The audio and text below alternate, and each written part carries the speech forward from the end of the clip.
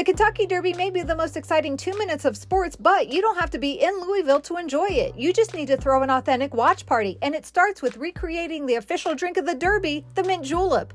Making a perfect julep is really easy. It's super simple ingredients, and my favorite thing about it is you build it right in the glass. So you're always going to start with a combination of sugar and water, which you can mix in the bottom of your glass, but for simplicity, we've got a simple syrup here, which is just 1-to-1 sugar to water, and we're going to use 3/4 ounces of that to start. Next, we're going to take some of our mint leaves. You want about 8 to 10 mint leaves, and you want to toss them in the glass and muddle them. Muddling is going to express those nice oils from the mint, but you do want to make sure that you lightly bruise it and don't overwork it, or you're going to get more bitter flavors from the herb. Once you've got your mint muddled, it's time to add my favorite ingredient, which is, of course, the 86 Old Forester. And we're going to put 2 ounces of that right on top of our sugar and mint. And then we're going to stir. One of the things about the mint julep is that it's really refreshing. You get this nice kind of frost on the outside of the glass since you build it right in there.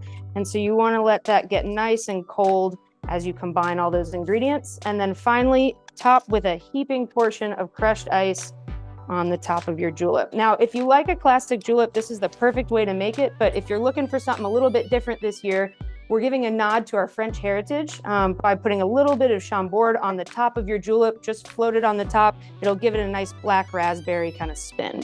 And then last but not least, you want some aromatics as you sip your julep. So you're gonna take a sprig of mint, make sure you slap that on the back of your hand. Again, express those oils, top it with your mint, and you have made the perfect julep. Cheers. That's the star of the show, of course, but it needs a supporting cast. I always think it's a good idea to have good food, and Derby has a lot of traditional foods. Some of my favorites, pimento cheese and Benedictine, you can use as a spread on sandwiches, or I like to serve them with crackers or pretzels as a dip. And for your dessert station, picking up a Derby pie is a great idea. That pecan and chocolate just lets people know it's Derby season.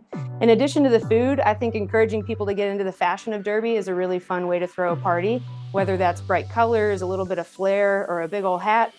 People can really put their own spin on that style. Whiskey is good for any occasion, but how do you whittle down the perfect whiskey for you? I think the best way to find your perfect whiskey is to figure out what flavors you like, broad strokes, whether that's spice or fruit or desserty confectionery flavors. Really figure out what speaks to you. And then the thing that I love about Old Forester is we have a really wide portfolio that has a lot of offerings for those different flavor profiles that people might gravitate towards. Get more info and recipe ideas at oldforester.com.